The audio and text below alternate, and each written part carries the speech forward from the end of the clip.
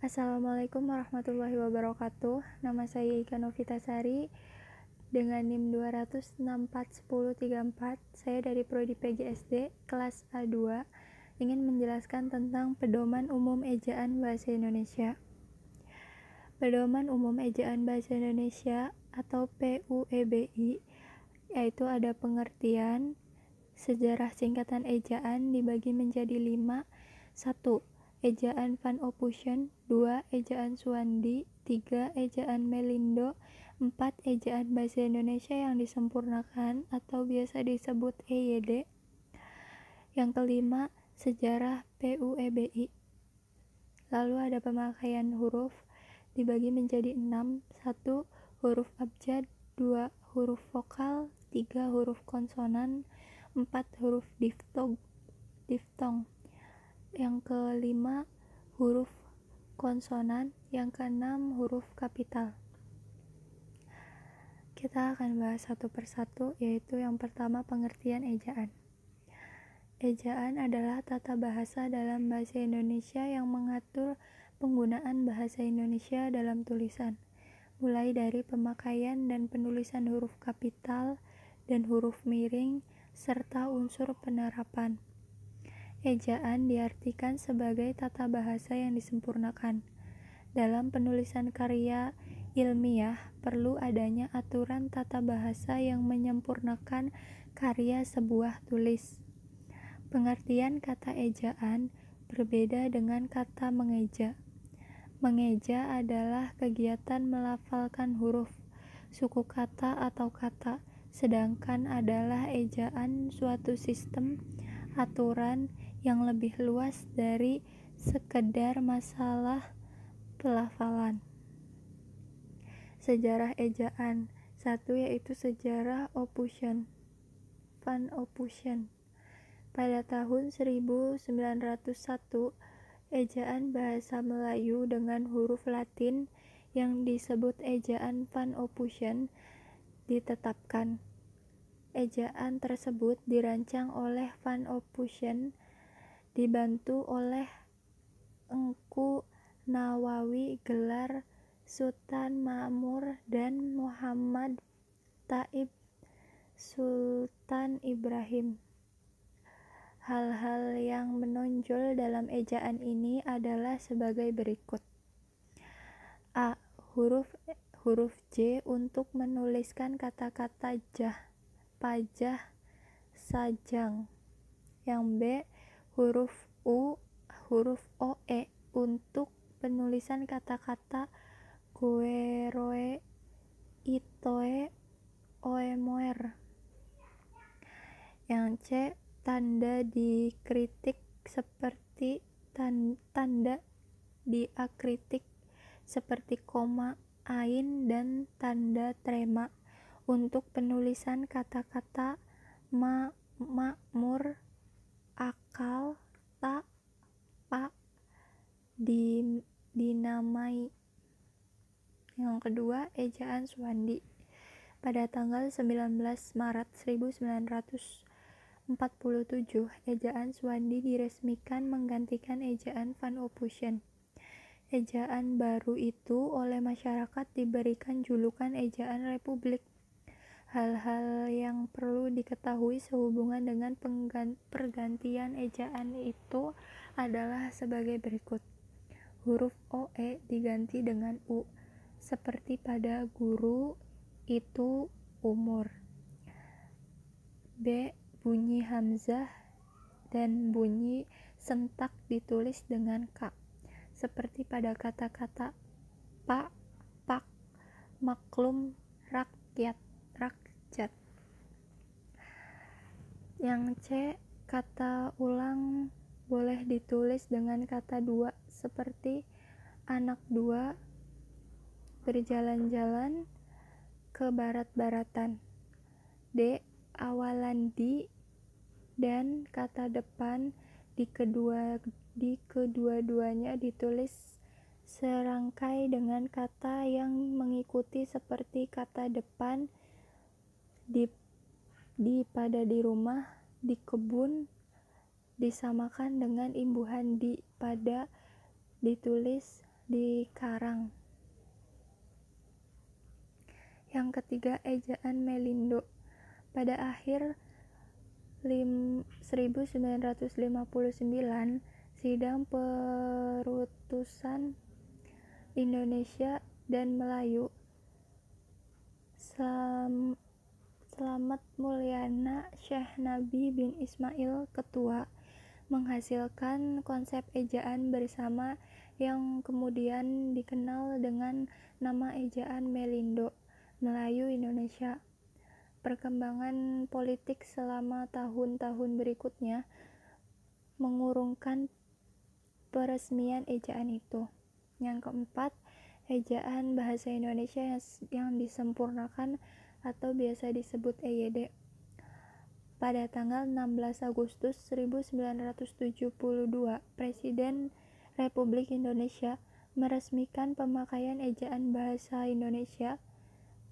Peresmian ini berdasarkan putusan Presiden nomor 57 tahun 1972, Departemen Pendidikan dan Kebudayaan menyebarkan buku kecil yang berjudul Pedoman Ejaan Bahasa Indonesia yang disempurnakan sebagai patokan pemakaian ejaan itu. Yang kelima, sejarah PUEBI. Pada tahun 1988, Pedoman Umum Ejaan yang disempurnakan PUEYD edisi kedua diterbitkan berdasarkan keputusan Menteri Pendidikan dan Kebudayaan Republik Indonesia nomor 543A U 1987 pada tanggal 9 September 1987. Setelah itu, edisi ketiga diterbitkan pada tahun 2009 berdasarkan Peraturan Menteri Pendidikan Nasional Nomor 46.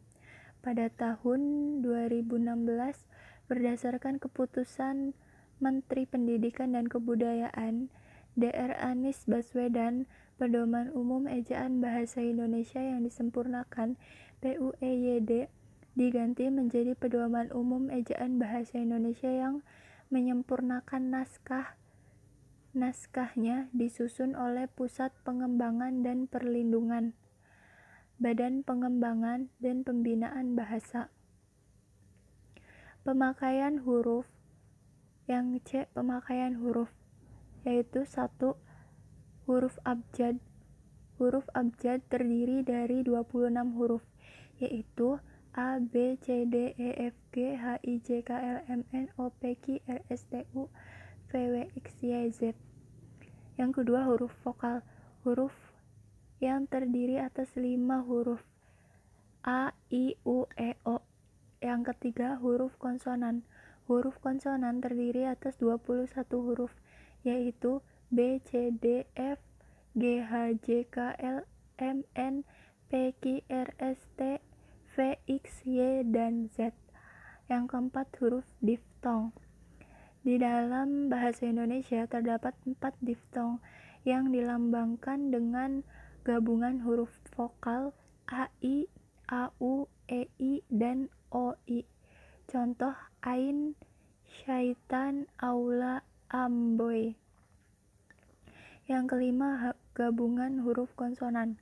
Gabungan huruf konsonan K, H, eng, nya, dan SY masing-masing melambangkan satu bunyi konsonan. Contoh khusus, akhir, ngilu, sayang, isya, hanyut.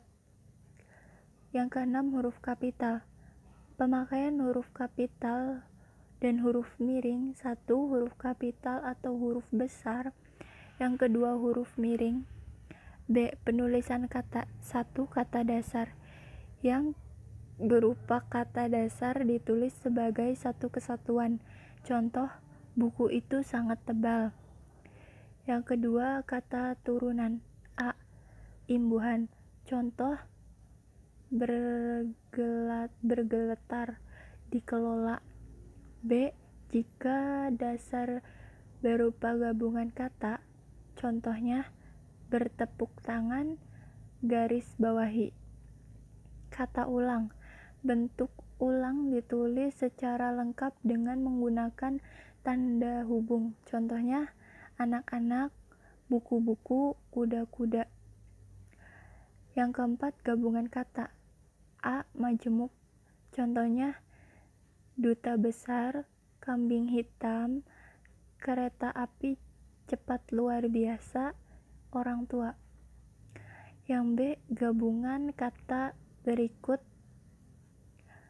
ditulis serangkai. Contohnya, acap kali, ada kalanya, olahraga, dan lain-lain.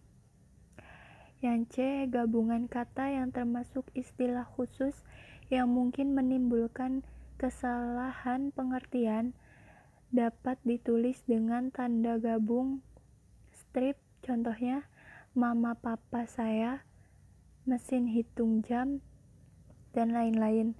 Yang kelima, kata ganti ku, kau, mu, dan nya. Contohnya, apa yang kumiliki boleh kau ambil. Yang keenam, kata depan di, ke, dan dari. Penulisannya secara terpisah. Contohnya, di mana Siti sekarang? Mereka ada di rumah. Kemana saja ia selama ini? Yang ketujuh, kata si dan sang. Penulisan terpisah. Contohnya, sang pemuja cinta, si penulis surat, dan lain-lain. Yang kedelapan, partikel. A. Partikel lah dan kah. Contohnya, bukanlah seperti itu, apakah dia sombong? Yang B. Partikel pun. Contohnya, ingin makan pun tidak bisa, hendak pulang pun tak ada kendaraan. C. Partikel per. Contoh, harga baju itu Rp25.000 per kodi, dan lain-lain. Yang kesembilan, singkatan dan akronim. A. Singkatan. 1. Berupa nama orang, nama gelar, sapaan, jabatan, atau pangkat diikuti dengan tanda titik. Misalnya, Dede Wirawan, Eskom, Muhyamin, SE, sarjana ekonomi, dan lain-lain. Singkatan dan akronim. A. Singkatan. 1. Berupa nama orang, nama gelar, sapaan, jabatan, atau pangkat diikuti dengan tanda titik. Misalnya, Dede Wirawan, Eskom, Muhyamin, SE, sarjana ekonomi, dan lain-lain.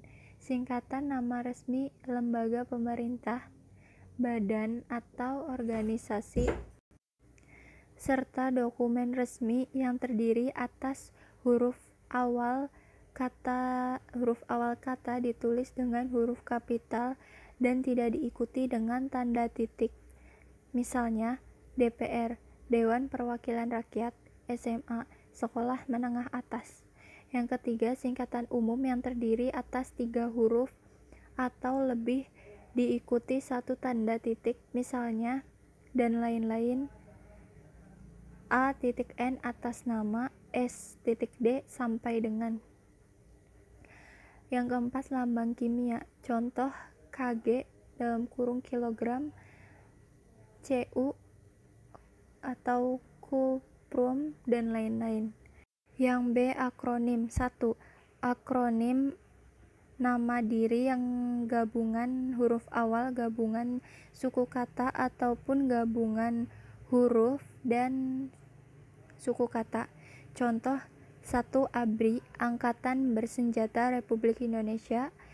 Yang kedua, LAN, Lembaga Administrasi Negara, dan lain-lain.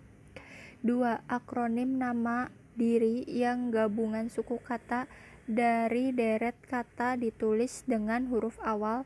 Contoh, 1. IWAPI, Ikatan Wanita Pengusaha Indonesia. 2. KOWANI, Kongres Wanita Indonesia, dan lain-lain. Akronim bukan nama diri gabungan huruf, suku kata, ataupun huruf dan suku kata yang ditulis dengan huruf kecil. Contoh: 1. Pemilu, pemilihan umum. 2. Rapim, rapat pemimpin, dan lain-lain. Yang C. Penulisan kata serapan. Kata serapan adalah kata yang berasal dari bahasa asing atau bahasa daerah. 1. Penyesuaian ejaan kata serapan. Penyesuaian ejaan unsur serapan dilakukan dengan kaidah yang sudah baku. Yang kedua, penyesuaian akhir asing. Akhir dari bahasa asing diserap sebagai bagian kata yang utuh, seperti standarisasi, implementasi, objektif, dan lain-lain. Pedoman umum ejaan bahasa Indonesia. Penulisan kata, yaitu ada kata dasar, kata berimbuhan, bentuk ulang, gabungan kata, pemenggalan kata, kata depan, partikel, singkatan dan akronim, angka dan bilangan, kata ganti, ku, kau, mu, nya, dan kata sandang, si dan sang. Pedoman umum ejaan bahasa Indonesia. Pemakaian tanda baca, yaitu ada tanda baca titik, tanda baca titik koma, tanda hubung, tanda tanya, tanda elipsis, tanda petik tunggal, tanda kurung siku, tanda penyingkat atau apostrof, tanda koma, tanda titik dua, tanda pisah, tanda seru, tanda petik, tanda kurung, dan tanda garis miring. Sekian presentasi atau penjelasan tentang pedoman umum ejaan bahasa Indonesia dari saya. Wassalamualaikum warahmatullahi wabarakatuh. Terima kasih.